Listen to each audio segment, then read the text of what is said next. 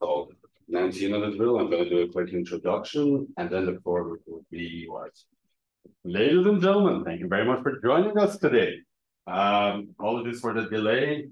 As you know, the Murphy's Law of technical issues in presentations is eternal, and we have to live with it. So today, we are honored to have Nancy Rose Piazza. So Nancy is a PhD candidate in the SAIL lab and has been with the lab almost since its inception. You officially joined the lab in 2020.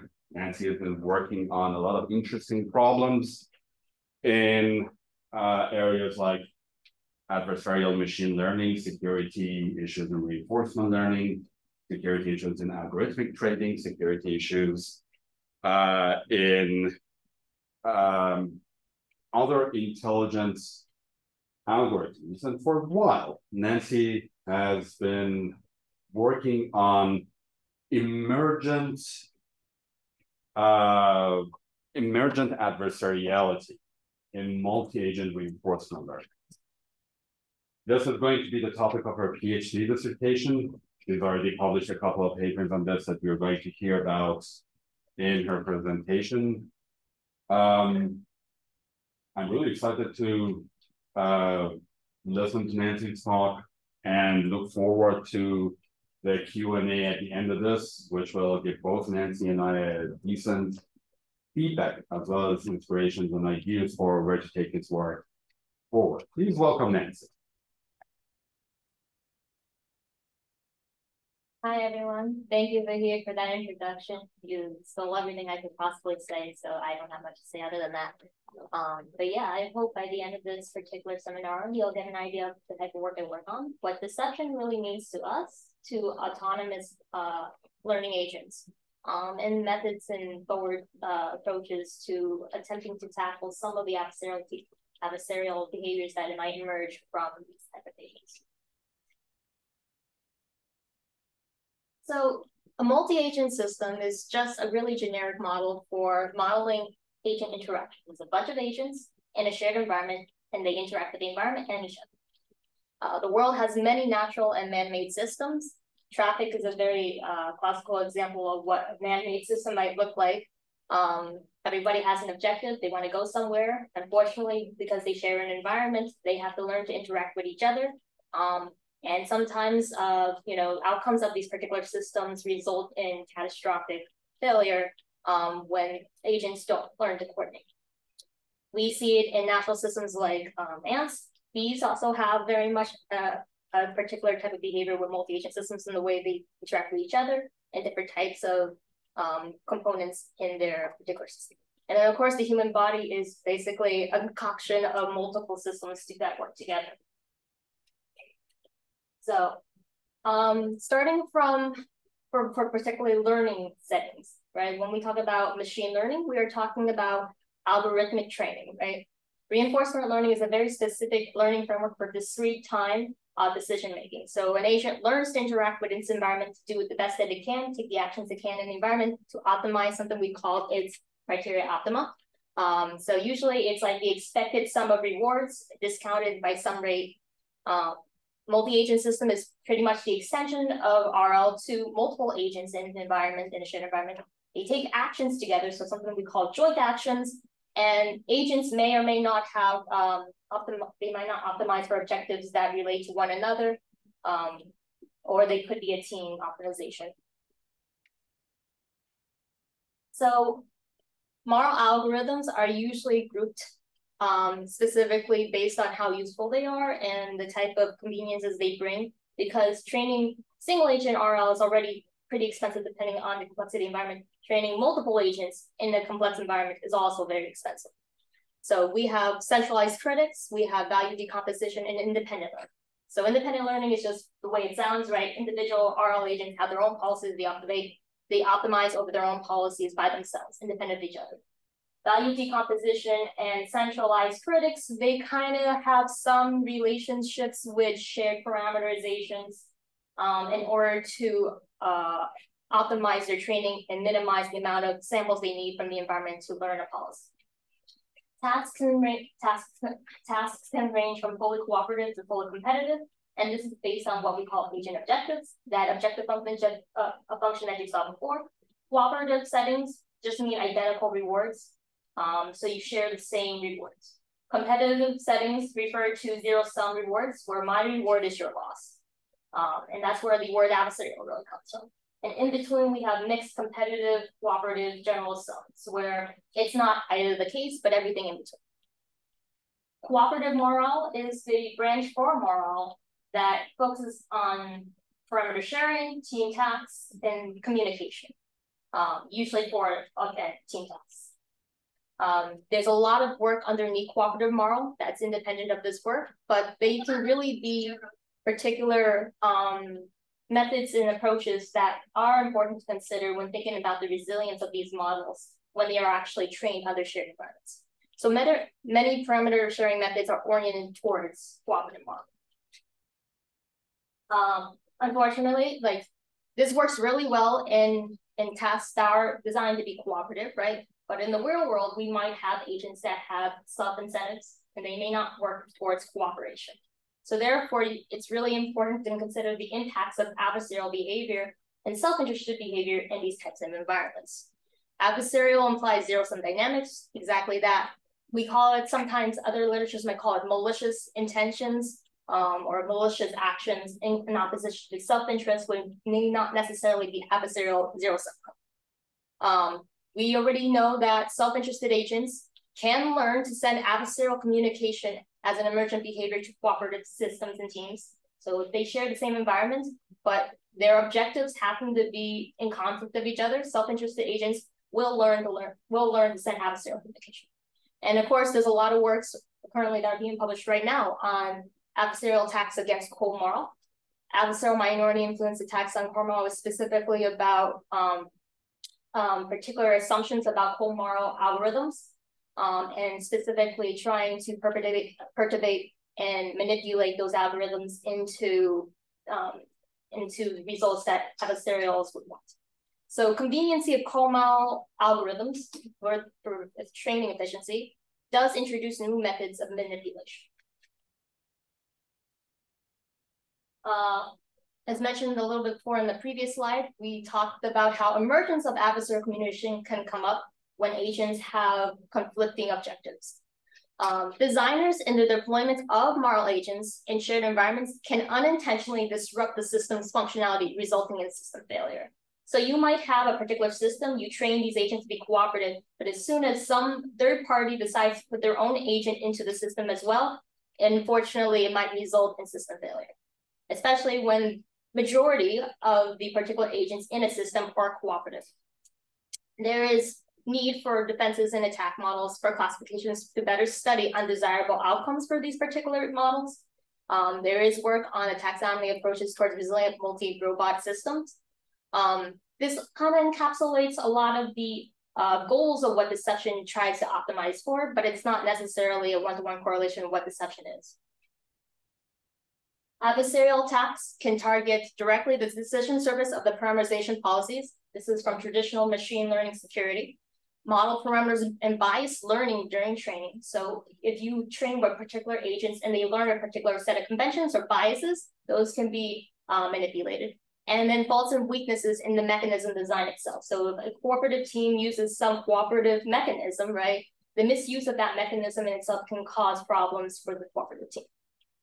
So CoMARL can suffer from any of these three with catastrophic failure, depending on the targeted algorithms and multi-agent size. So you can imagine that if you have a very large multi-agent size, like a swarm, there are certain types of behaviors, if they share the same policy, that manipulations or perturbations to one that applies to all might result in unbounded consequences.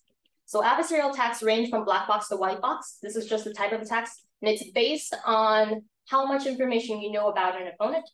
Black box means you know nothing except for the label that they produce for the outcome. So you have a model and the outcome is the label. But you can query that particular model as many times as you want. White box means that you have access to that particular model. You can look at its parameterizations and you can optimize over, let's say, adversarial samples. And specifically, you can perform particular adversarial attacks at different times during training time, which we call poisoning attacks, and then during test time, which we call evasion attacks. So the reason I think introducing magic into this particular presentation is kind of interesting is because magic is a clear form of what we perceive and understand to be a misrepresentation or misperception of the environment, where some agents might know more information than you do, and that they use that lack of information to gain an advantage in an environment. So right now, we kind of think of it as fun and trivial, but people died because of witchcraft. And so there is value of information related to partial observability and incomplete information. Specifically, when we try to make up for the lack of misperception, we introduce something called the theory of mind. So before we get there, let me introduce to you a little, some definitions from game theory. So a game is literally just a set of players, their actions, and their payoffs. Normal form games are just literally plastic in a table, their payoffs. So games are either simultaneous or they're dynamic, meaning they take turns with sequential. Players select a strategy. The joint strategy is called a strategy profile in traditional game theory terminology. There are equilibria. Equilibrias are just attractive fixed point solutions. So you can think of them as local minima or local maximas for mathematical models. And all finite games have a strategy profile called a Nash equilibrium, where no player benefits from unilaterally deviating. So when we say it has at least one Nash equilibrium, there could be many. So a game can be described whether it has complete information, so all components of the game are known, incomplete information, a game without complete information, perfect information, which specifically is a sequential game where player actions are observable and have perfect recall. So nobody misremembers a particular event. They know exactly where they are in a particular tree game. And then we have imperfect information, which is a game without perfect information. So unfortunately, this is an example you've probably seen before. If not, this is called prisoner's dilemma. You basically have two people that are being put on trial. And before the trial, they have an option to either plead or stay silent, or they can betray or stay silent. And unfortunately, in this particular game, the rationality of both agents, when they have played their most rational strategy, it leads to an outcome, which is we consider a tragedy because it's not the best outcome for both agents. So, for example, right, if we start with player A, which is going to be the role player, if we look at if B decides to stay silent, the best thing that player A should do is to betray, to defect, right? So if that's only if B decides to cooperate. If B decides to defect, the best strategy for A is to either go 3 years or go 2 years. But obviously 2 is better than 3 in this particular case, right? You don't want to serve longer. So therefore, the best strategy for A is, again, in this case, it happens to also be to defect. So ultimately, player A's dominant strategy is to defect in either case. If you do the same thing for the column player with either strategies from the row player, you find that it's the same thing. So both players' dominant strategy is to defect. And unfortunately, what that implies is that this particular outcome is the Nash equilibrium, where both players are incentivized to defect from each other, and they both serve 2 years, in opposition to like the better one, which could be both serving 1 year. So in the standard prisoner deliverer game, there is one Nash equilibrium. There's the defect. It is strictly dominating, meaning that if you start at any particular solution, each agent will be incentivized to defect. The social optima, the thing that we would say is the outcome that's best for all agents, like over some mean or utilitarian criteria or optimal utility, is the cooperate. But unfortunately, in the original game, it's not the Nash equilibrium. An iterated PD, so this is going to be for infinite amount of times. This game could happen over an infinite amount of stages. There are 2 equilibriums, which is the defect effect, which is normal. And it's also a sub-game perfect equilibrium because it's also a solution in the original game. And then also it happens to be for infinite stages, right? Cooperate happens to be also a Nash equilibrium. One particular strategy that is used for repeated prisoner dilemma is tick for tack, and it's known to be optimal. But rational agents can lead to worse outcomes as a system. And we call this strategy of the commons. So in order to remedy these kind of situations, right, we introduce things that come from mechanism design. And so we try to transform the problem space in a way that people will choose certain actions over other that which aren't the worst as a system. So here's another game. This one's called The Battle of the Sexes. You can find this in any game theory book. The idea here is that let's say you have two people, right? One person wants to go to this show, one person wants to go to that show, but they really they get the most utility when they go together, but they don't get to coordinate with each other beforehand. So the idea here is that, well, if we can introduce a particular thing called a correlating device or mechanism, we can find a correlated equilibrium, which will be better than, let's say, a Nash equilibrium without coordination. So for example, right, in the original 2-player coordination games, these are just the strict pure Nash equilibriums in the mixed solutions. That could be it, right? But if you use a correlating device, so let's say you flip a coin, and if we flip a coin, we go to this one and we go to that one. As long as people respect the correlating device, right, and they believe they actually believe the other person will do what they say with that correlating device, then both players will benefit, will not benefit from unilaterally deviating from the proposed action. And so as long as you believe the other player will play according to this correlating device, right, the outcome that gets suggested by this correlating device is better for both players. It works well when all players use the correlating device, but of course, this doesn't necessarily hold true when players choose to ignore it. One of the most important things that you have to remind yourself is that when you introduce new things or mechanisms into a design, they can become a particular point of failure if they can be compromised. So the security of the mechanism, while not studied originally in the true game, right, in game theory, it is something of interest in terms of preservation. So moving on, we're going to introduce to you something called the theory of mind. A theory of mind is the ascription of mental states onto other agents. We usually think of them as beliefs, characterization, desires, and rationality. Often approaches are done through Bayesian models. So we have some Markovian, non-Markovian models. Gaussian processes have to be related some types of modelings of how they're done. There are solvers for them specifically that are proposed primarily in engineering, but they can be applied to these settings too. Theory of mind primarily is oriented around higher order reasoning, meaning that is first the ascription of beliefs onto others, and then the recursive belief of what you think they believe, vice versa, what they believe you believe. And so this can go on infinitely. But there's supposed to be usefulness to theory of mind. So this is just kind of the explanation of what order 1, 2, or 3 theory of mind might look like. So now we bring in deception. So deception is well studied in psychology. It is the intentional process of inducing false beliefs upon other agents, where the outcome results. So this is specifically for our work, where the outcome results are less favorable to the target than if they knew otherwise. It introduces the notions of beliefs, truthfulness, intentions. Those are things that are studied in psychology. Literatures on lies and omissions. So some literature on deception talks about the ways deception can occur by lying, by omitting information, and the same outcomes that come out. Specifically, deception, right, in the way we design it, is that agents must have at least a theory of mind. Because without a theory of mind, if they don't have beliefs about other agents' beliefs, then you really can't call it deception. So relating theories on literature like interpersonal deception theory, truth to fault theory, information manipulation theory, they're all related in terms of how to describe deception and the incentives for deception and how they come about.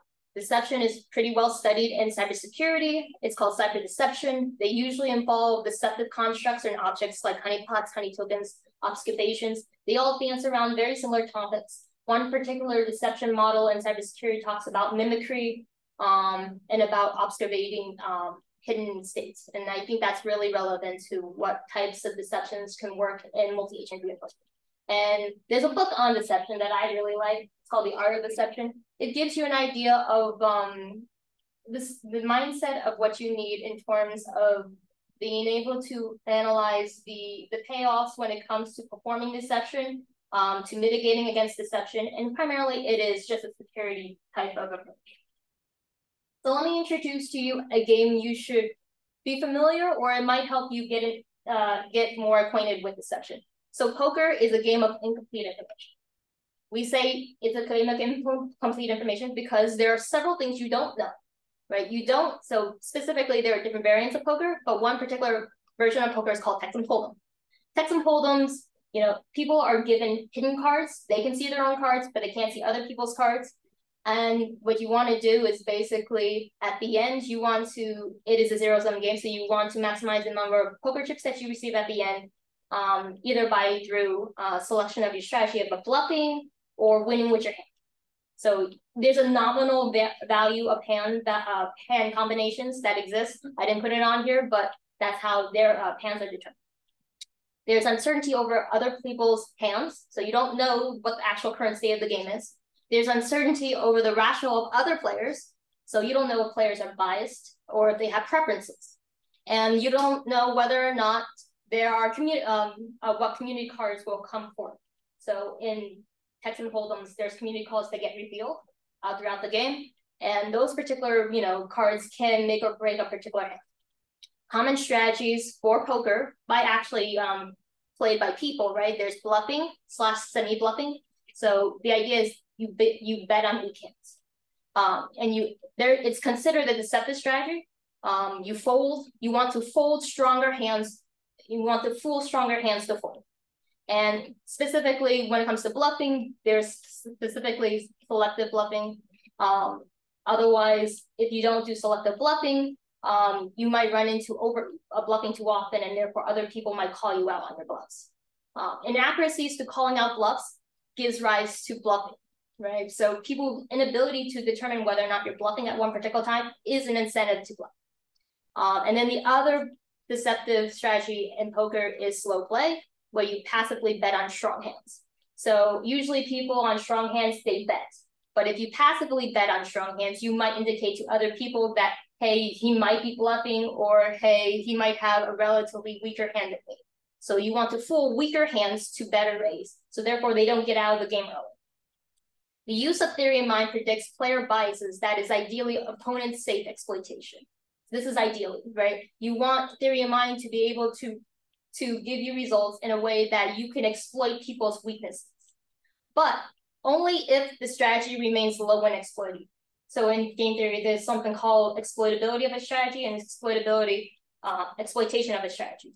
In settings of poker, the exploitability and exploitation of a player's strategy are related when faced against optimal opponents. So if you know your player is playing to an optimal strategy, like absolutely, you know exactly that, right? You deciding to deviate from an optimal strategy might result in higher exploitability and lower exploitation. So deception in MARL is the idea we want to extend whether or not MARL agents in general can, one, deceive, and two, can they have a deception process? So those two are two different things. We'll talk about them, but the idea is that can these agents actually have a theory of mind? The first thing that you need for deception, a theory of mind. Standard MARL isn't expressed to have beliefs normally. They're usually over states. So therefore, we use something called encoders or decoders to interpret beliefs or states themselves and their actions. Standard MARL also does not have the necessary mechanism or capacity to possess a theory of mind, but they may end up with the same exploitable impact. So this is kind of the catcher's catch can, where if it looks and sounds like deception to a certain extent in terms of impact, should you treat it just like deception or should you not? And I think it really comes to a case-to-case on the extension of where this deception first sources from and how the preservation of deception and how long this particular deception can persist in the environment. So constructions of MARL frameworks are capable of deception processes if you use some sort of Bayesian model. So if you use like regular Bayesian models, partial observable Markov decision processes are the general go-to. Specifically underneath POMDPs, there's IPOMDPs, which are explicitly talking about opponent models. And then communicative IPMDPs is the extension of IMDPs with communication messages. The caveat to these particular settings is that, of course, in general MARL settings, there's the curse of dimensionality because of agents and the number of policies involved. But when you extend into theory of mind and you use opponent models as well, now you suffer from the curse of dimensionality due to opponent models and the number of opponent models that you use.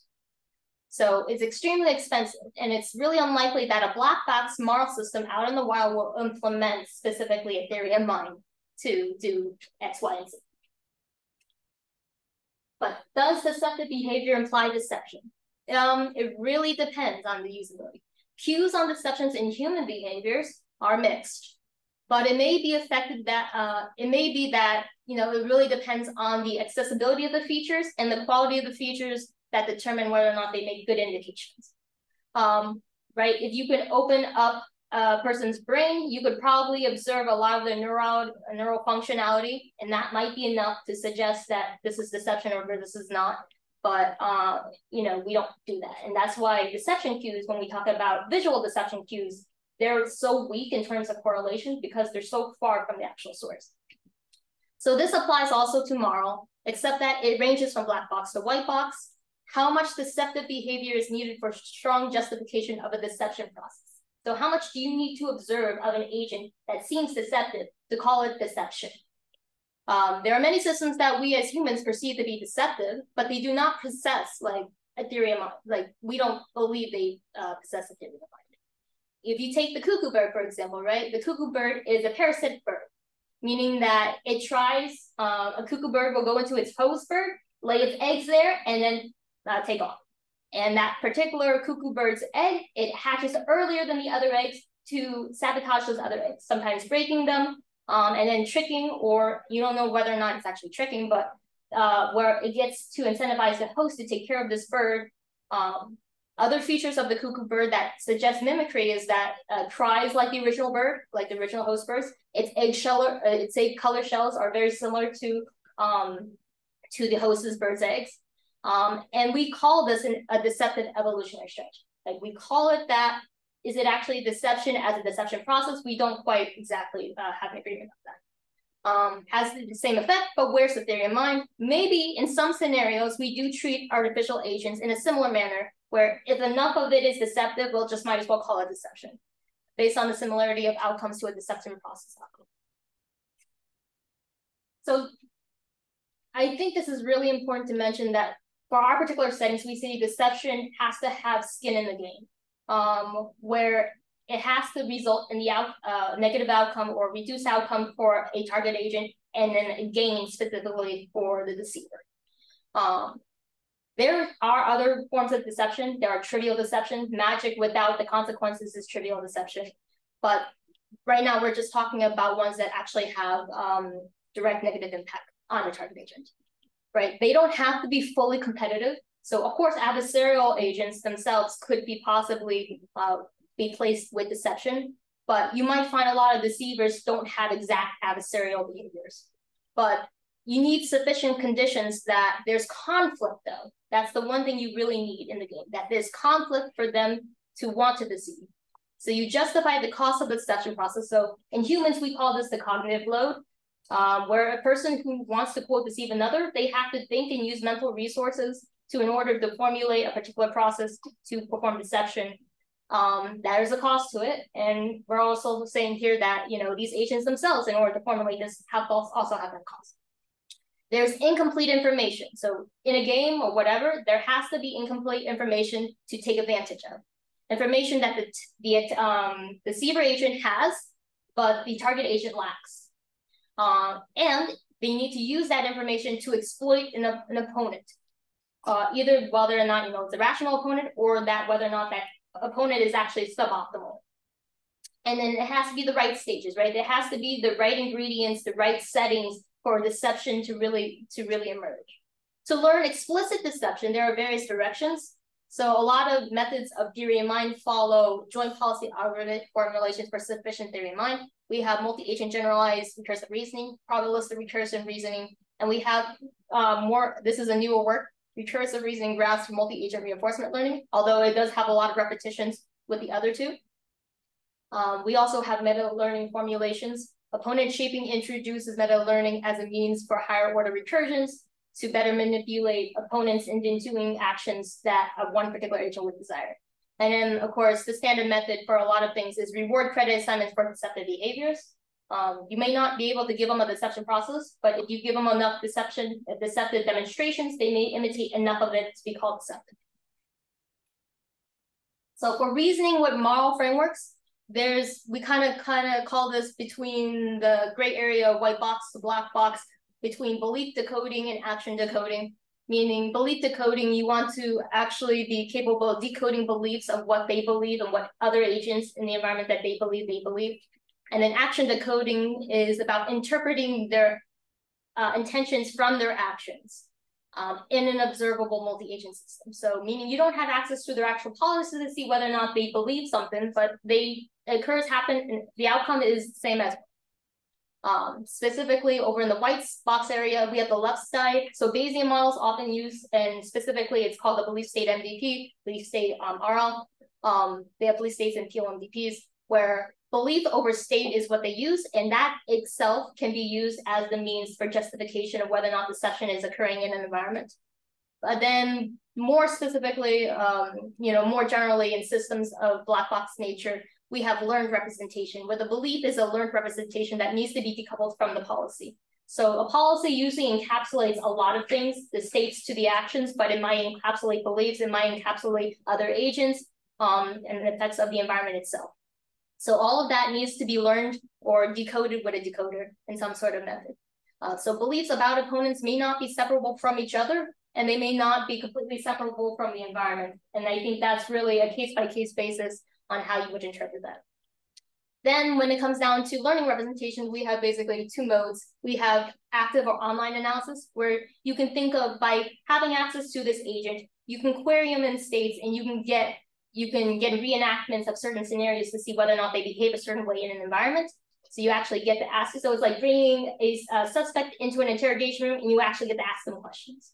Whereas in passive online analysis, the only thing you can do is just observe from past events, historical events. Correlations, actions that are just limited to historical non-queryable observations. You're reasoning through historical events. That's as far as you can go in terms of, so for example, like if you have a particular setting where if you have a suspect, but that suspect died, right? You won't be able to ask them any questions on their motives or something like that. You can only reason about what they've done already. And then, of course, on the bottom here, all the way to the left, which is more of a white box thing, casual graphs, and trying to interpret things by projecting them into a graph by representations, and whether or not, the outcome is the same to what a deception process in a graph would look like. And then over here on the right side, we have reward function learning, which is if you use the offline data to reconstruct the reward function as a proxy for online analysis, if it, for example, if it's say we have enough information from the environment and we say, hey, look, this reward function is adversarial, we might say, hey, it's adversarial, this is good enough for it to be deceptive. So deception, mitigation, and defenses. Deception detection is not a new thing. It's already there in psychological works.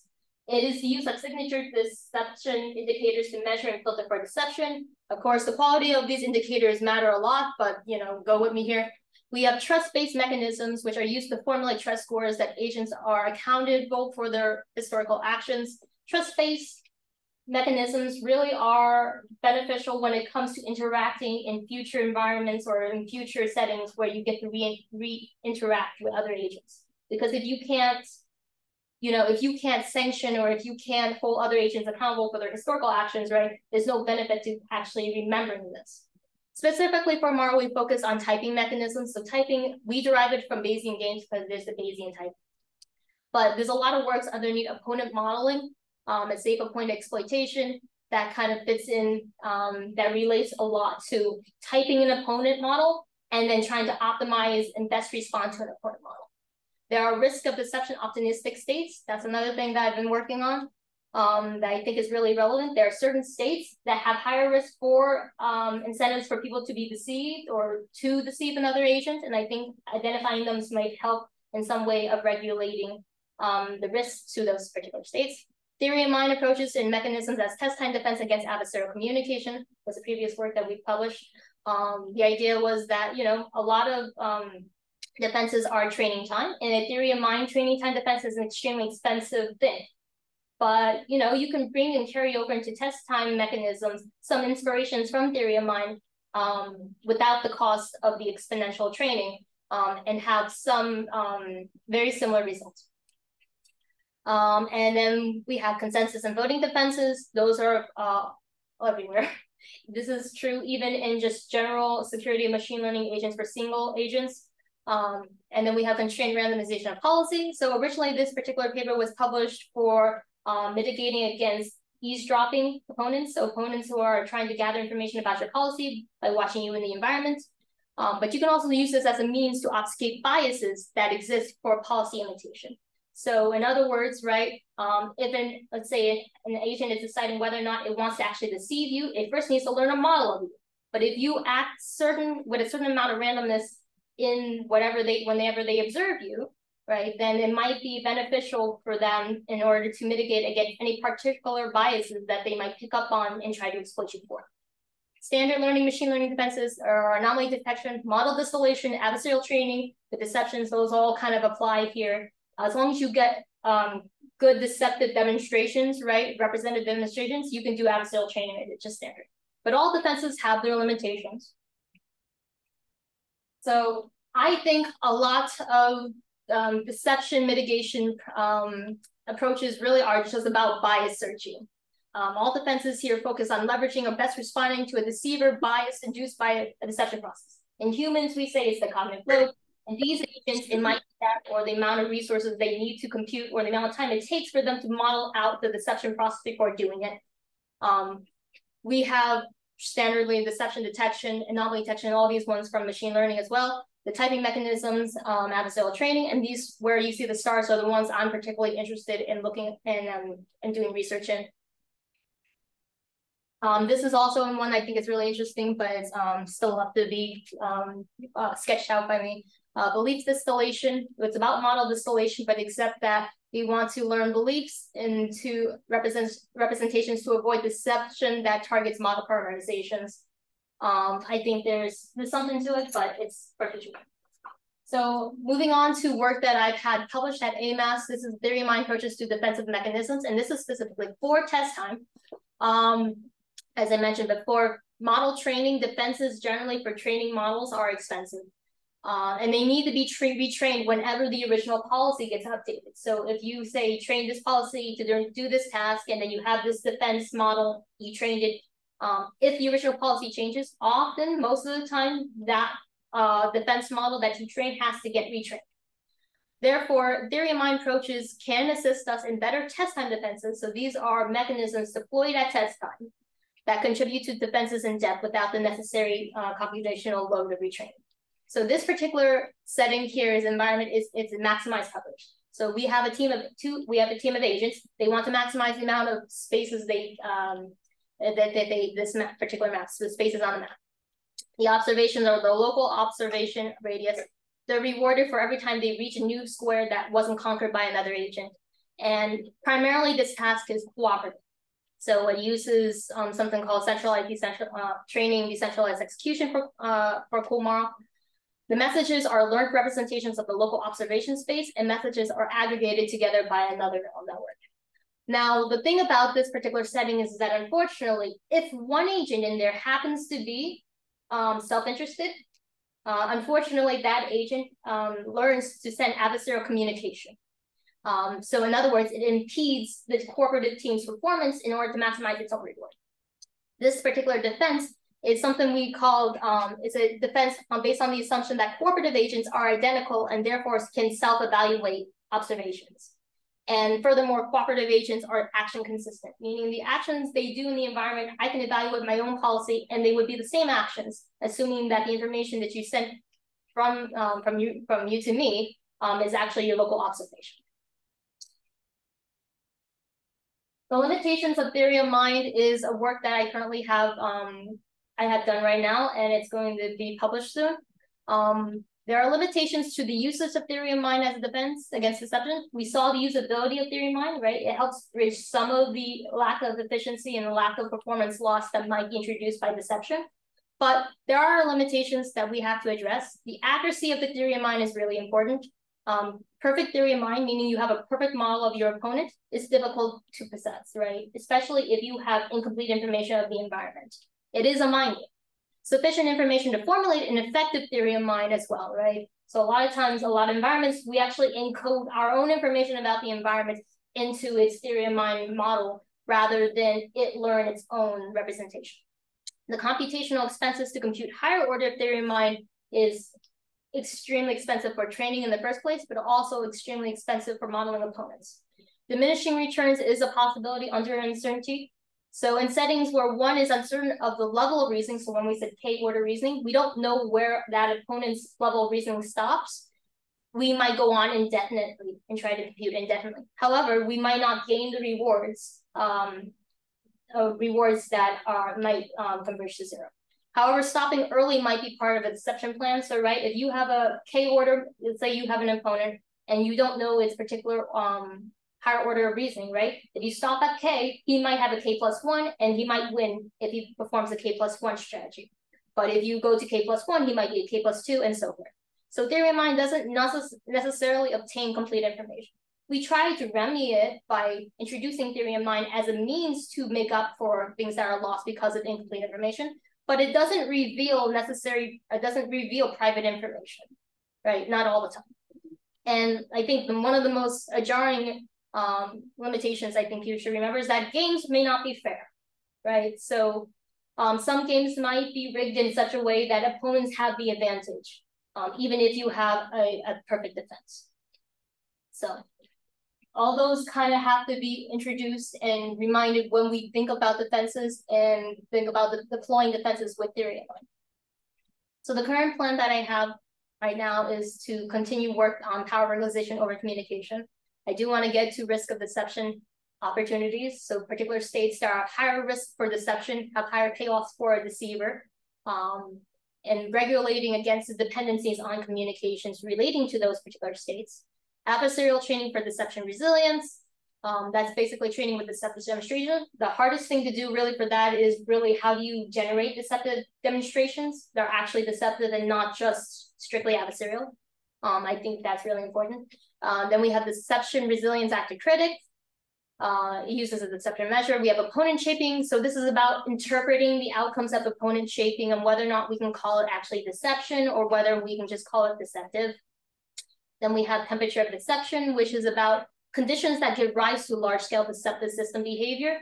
So if you can imagine that in a particular set of settings, right, the hostility of the environment may condition whether or not a deceptive strategy might come emerge. So if you have a team of cooperative agents and you have one more agent, whether he should be deceptive or not, he might have a lot more incentive to be deceptive because all other agents are cooperative. Whereas every other agent, or let's say, is not cooperative, deception might be a little bit harder if the incentives that are there don't pay off as well. And then we have the state-of-the-art surveys of deception and MARL. There's some work in deception and MARL, but a lot of them dance around the topic of what deception is rather than deceptive behaviors. And then characterizing the impacts of level observability and deception dynamics and GANs used for MARL. I think it's really, really apparent that deception is an opportunistic thing, meaning that it has to be the right settings and it has to be, the payoffs have to be so much greater than the likelihood of failure. Because a lot of times if you fail, there are repercussions, there are punishments for being deceptive. So I think size of the actual system matters. And I think the rate of which information gets spread across the network matters. And thank you. That's the end of my talk. Any questions? Thank you very much. It was a wonderful presentation. As usual, I'm going to exploit my position as the moderator to ask the first question. What's transferable from deception detection and mitigation in humans to the problem of deception in MARL? I think there's a range of black box to white box approaches involved, right? If you have access to the policy itself, you could literally go into it layer by layer. And if you have a labeled idea of what parameters do, you can get an incentive whether or not it learns to be deceptive by some association of an opponent in the policy space, versus just being a reflex agent of doing what's best, as seen with general policies for mapping actions to states actions. On the black box approaches to it, it's very similar to deception cues in psychology in general. There's mixed bags reviews on whether or not someone's sweating, someone's eye movements, their position, their tendencies are really good indications of deception.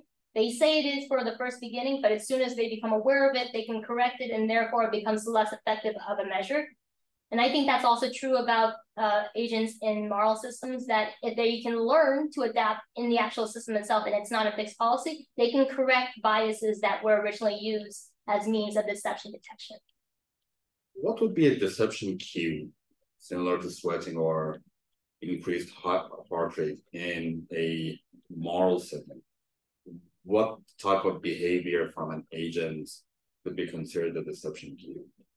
So when it comes to a deception cue in these situations, it really comes down to what kind of model you're using. If you assume you have an opponent that's biased, right? If you're learning to train a deceptive agent and they learn to take use of that bias in such a way that when that bias agent is present, they take advantage of it. But when that bias agent is not present, they don't take advantage of it. They do some other policy. I think that's an indication of that it can policy switch across different representations of opponents. And I think that is sufficient to know that if it can model that there are different types of opponents, that's enough to say that's enough theory of mind for it to be deceptive in deception, like a very low form of deception. That's very interesting. I also noticed that when you're introducing cooperation and competition, you use the term coordination. What's the difference between coordination and cooperation? So cooperation is usually defined by the reward assignment. So my reward is the same as your reward. We have shared reward, that's cooperation. Coordination is really about the actions that occur at the same time or at joint action taken. And so you can think of it as in a coordination game, if you'd say both your best actions is to coordinate and do one particular action, that coordination, that strategy profile is coordination. Whereas cooperation might be the means used before you actually take out the action in order to perform the joint action. So in cooperation, everyone is optimizing for the same reward. In coordination, everyone is doing the same action. Well, originally coordination games talk about the same actions, but it doesn't have to be the same actions. It just has to be a strategy profile of actions that optimize for like some optima for the team or for whatever is its best under certain tasks. My last question before moving to the audience, and I'm sorry, I'm trying to emulate what your proposal defense going to look like. So, is the concept of equilibrium a useful concept in the learning dynamics of deception? So a lot of literature on deception, even adversarial attacks, because when it's done traditionally, people who craft them have deception intent. So it's really a mode of deception that exists outside of the enclosed system. But when it comes to in-game, and we limit deception to only in-game, right? Equilibriums might be good placements to show whether or not one agent has an advantage for deceptive behaviors than over another. Deception just happens to be the properties and the way we perceive it that comes out of certain behaviors of the agents rather than their selection of actions, because that itself is just characterizing the optimality of the game. We might not like if we have a game, we might not like that certain Nash equilibria are deceptive. That's more or less what we might say. Thank you very much. Let's go to the audience for questions. Can you go back to the slide of work that you have done? That's all. Yes. So, so my first question is, and I'm trying to understand that, right? So you have 4 agents, pair of each working on to maximize the coverage the areas, right? So are they learning when they are trying to cover like what the other party has already been covered? Yes. So Yeah. So my follow-up, so is there any deception? So what kind of deception involved over here? So this environment, you can think of it as like N agents. They get placed in the map. They learn to communicate their local observation by an encoding representation, and then they take a joint action based on the consolidation of other agents' observations together with their own. They take an action. So yes, they learn that, hey, if I went to this square, that other agent is probably not going to go to the same square because they won't receive the reward because it's already been listed. So they might coordinate and take a different action to a different square. So there's sources of coordination and relationships to the types of behaviors for the cooperative settings where explicitly where like you might coordinations of actions, like if I go left in this state and you go and you're in the other state, you might go right instead, so that we don't try and accidentally reach the same state. Now, in terms of deception, this is adversarial communication for sure, because it results in adversarial performance. But the call of deception is extremely difficult because we would have to look at policy itself and then describe whether or not enough of it is deception, or enough of its deceptive behavior is deception. In this case, we're just calling them adversarial. We know that, quote, this would be the maximal damage that would be done for a deception agent, for a deception agent that has this adversarial intent. This is true. But this might not be explicitly representations of a defense against a deceptive agent that doesn't have explicitly adversarial. So they may benefit a little bit from deviating. But where does the adversariality come from? If all agents are cooperative or are trained to be cooperative, where does that adversariality come from? So this is their original training settings where they're all cooperative. Then let's say you deploy it into an environment. Now you insert one new agent into that mixture of agents, and that's a self-adversarial agent or a self-interested agent. Now that agent hasn't learned anything, but it'll learn to interact with the cooperative team. But unfortunately, that interaction is adversarial in nature, because what that does to the cooperative team is that in coverage, right, adversarial gain is that I get to cover a new square, but you can't cover a square, right? So it happens to be in this particular setting, the adversarial communication resulted in the cooperative team waiting all the time. And they didn't move from their original spots in order for the adversarial agent to maximize its coverage.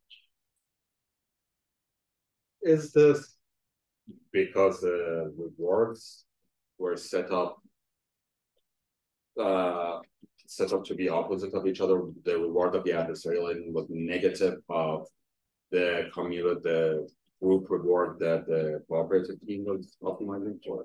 So in this setting, this is a self-interested agent, meaning that it wasn't explicitly adversarial. Like it did not take the reward of its cooperative team and made its inverted reward.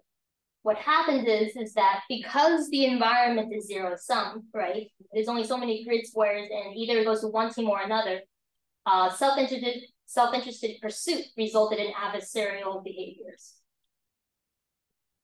Is it possible that all of these agents are learning, right? At the time of basically they are sharing the reward and they are learning with each state. Is it possible for them to adapt with the adversarial training, and all of them might just get cooperative together and the adversarial meaning just get lost within that?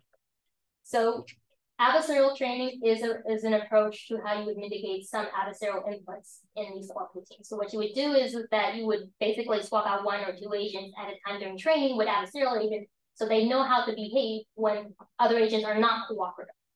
So that's absolutely true. That's what they do for that. But of course, that trains for specifically adversarial agents. If you're talking about the intention behind that agent, right? This is for self-interested agent. If you inserted, let's say me as a third party decides to put in another agent for a deceptive purpose, it may not be explicitly adversarial, but it might have some characteristics of adversarial at certain time steps and not in others. So therefore, it may not help regulate in all different types of opponents that come across. Maybe just extremely adversarial, but maybe not ones that have other types of interests that are mixed. So even if it's not the adversarial training, right? You just put in the extra additional agent over there. Can they learn to adapt to basically the presence of additional agent over there and then coordinate accordingly? They can, but there are some limitations with that. Mainly because what happens is with that team is the cooperative team learns what adversarial messages look like, but that's not really a good indication for adversaries you haven't seen before. Because if you learn let's say you play against an opponent, right, who has an adversarial interest against you all the time, and you keep doing that, that's fine against you.